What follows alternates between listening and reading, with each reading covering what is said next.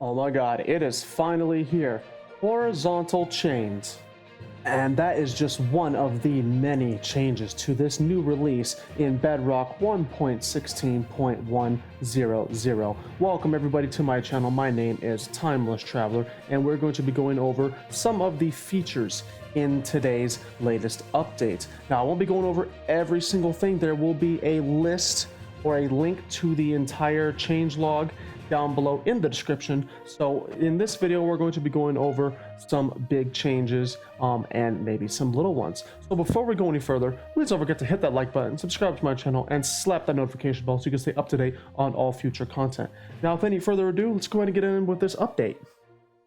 So yes, it is finally here. Matching with Java Edition, we finally have horizontal chains. Now, the Java has had this for quite some time, and it was only a matter of time before Bedrock would be able to have it as well. So in order to use the horizontal chains, it would be just the opposite of the vertical chains. Instead of placing it on the top or bottom of a block, like so, all you got to do is simply just place it along the side. Now, right now, as it stands, we cannot connect chains together like this, which I think is going to be a very cool feature if they decide to update it down the road. But for right now, we have horizontal chains, and they just, in my opinion, it just couldn't be better. We have a really cool way to design our bridges, railing, protective barriers, things like that, all because of the addition of the horizontal chains.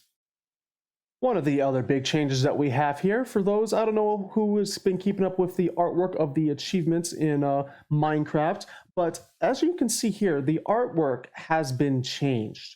We used to have it styled differently. They were all kind of more uniform in theme and look, and now they have really outdone every piece of artwork for the achievements. There's not a single one that looks like the other. They are not themed. They really do match the achievement that is listed.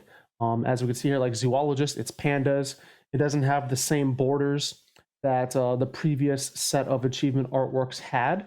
You know, right here, this one gives us a visual of what we would do to the witch to get the achievement.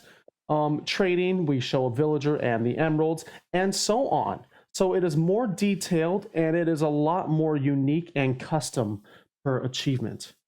One of the other changes is pertaining to our armor. So if we take a look here, you can see that I am in diamond armor, and it is at full durability.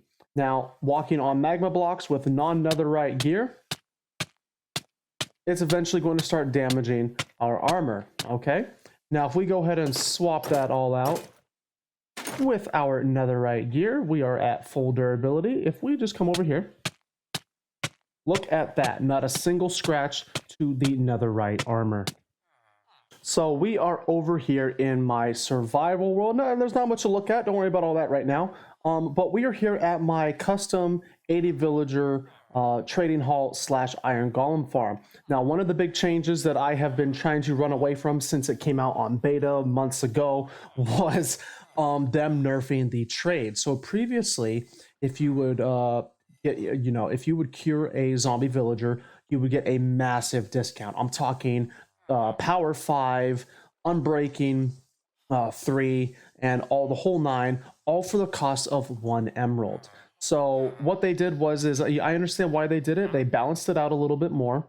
You know, the discounts are nowhere near as OP and unbalanced as before. So normally we would have seen trade 1 piece of paper per 1 emerald, trade 1 emerald for 1 bookshelf, and so on. I think you get the idea. So they rebalanced the trades to make it more fair for the gameplay. And if you listen closely, phantoms now have a new sound. Hear that? They now make a flapping noise with their wings, which is, quite honestly, it's going to be a lot scarier, I think. They already attack you when you're not expecting it in the middle of the night, and now you have to deal with the terror of the flapping of wings as you're running for your life. Look at this. They're a lot more terrifying, I think, now that their wings make a flapping noise. Coming underwater, now you can see that lanterns are now able to be placed underwater like that. Now, one thing it said that it was changed, but it has not actually changed, is that ghasts will no longer break basalt. So I can confirm that this is still a bug. If we get a ghast right here. Okay, that was Blackstone. Let's have him come after this here basalt. Why is he running away from me?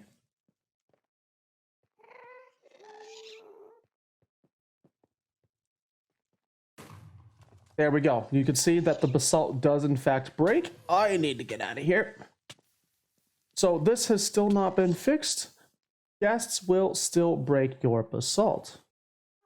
However, one nice thing that has been changed is that in the basalt delta biome, as you can see, the ceiling now reflects properly the biome that we are in. So it is covered in basalt because we are in a basalt delta. And you can see that change being reflected as we divide between the nether wastes and the basalt delta. And once we get to a soul sand valley, there we go. Now that we're at the soul sand valley, the ceiling now reflects the proper biome. So now instead of it being covered in netherrack, we have the lovely chocolate blocks, or the soul sand and soul soil. For those that are trying to do a bit more of a survival playthrough down in the nether, this is another nice change that I think you'll be interested in. So we have another way of repelling the hoglins. They now don't like these respawn anchors. So you can have one near the front of your base to keep it away from your door, and it does not matter if it is charged or not. Once it is placed down, as you can see, they avoid it. They run away from it. We could just, this is actually kind of fun. We could kind of guide them and direct them where we want to go by placing around our respawn anchors. And on the topic of security, doing a survival playthrough in the nether, iron golems will now attack hoglins. Sit back and enjoy. You now have a little extra security, so combined with your respawn anchors and your iron golems, you have a bit more protection if you decide to do a build and more of a playthrough down in the nether. But you're going to want to also be extra careful in the nether, because now, if you die, you want to be careful what loot you have on you if you are near piglins, because as we can see here, they can now wear your armor. They will pick up your drops if they want to wear them. They will not prioritize anything above their golden crowns and their golden swords. They will not take other swords. And if you try to give them if they try to take a chest plate while they're wearing wings, they will drop the wings for the chest plate. So be careful now. Dying in the nether is a little bit more challenging, and will set you back just a bit further, simply because these piglins are going to start wearing your loot. If you're looking to trade and you are playing in peaceful, then you are in luck, because now, as we can see, just to make sure you can see on my commands, we are currently in peaceful. Okay, I'm in survival, and the piglins are not attacking me. I am not wearing any gold. Okay, they won't attack me, and so now those that are playing peaceful, you can go ahead and you can do some trading in the nether on peaceful, because piglins will now spawn on peaceful difficulty. Now, of course, in peaceful, they simply won't attack you. All right, now if we change the difficulty to say easy,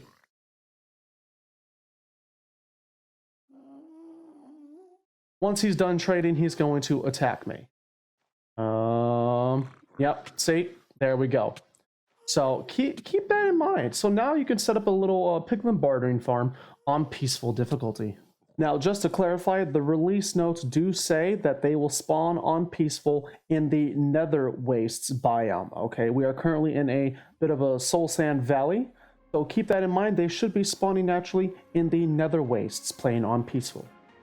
And we're going to end it here, everyone. Now, I could go on and on with all of the updates, just because it is exciting to see a lot of these changes take effect, but there are just so many. So I would suggest to all of you, check down below in the description. I'm going to be providing a link for all of the full list of the release changelog, what I didn't cover, and of course the things that I did cover. Let me know how you're feeling about these changes, if you are excited or if you're disappointed in any of them, down below in the description. So until next time, you all take care, have a great day. I am Timeless Traveler, and I will see you all in the next video.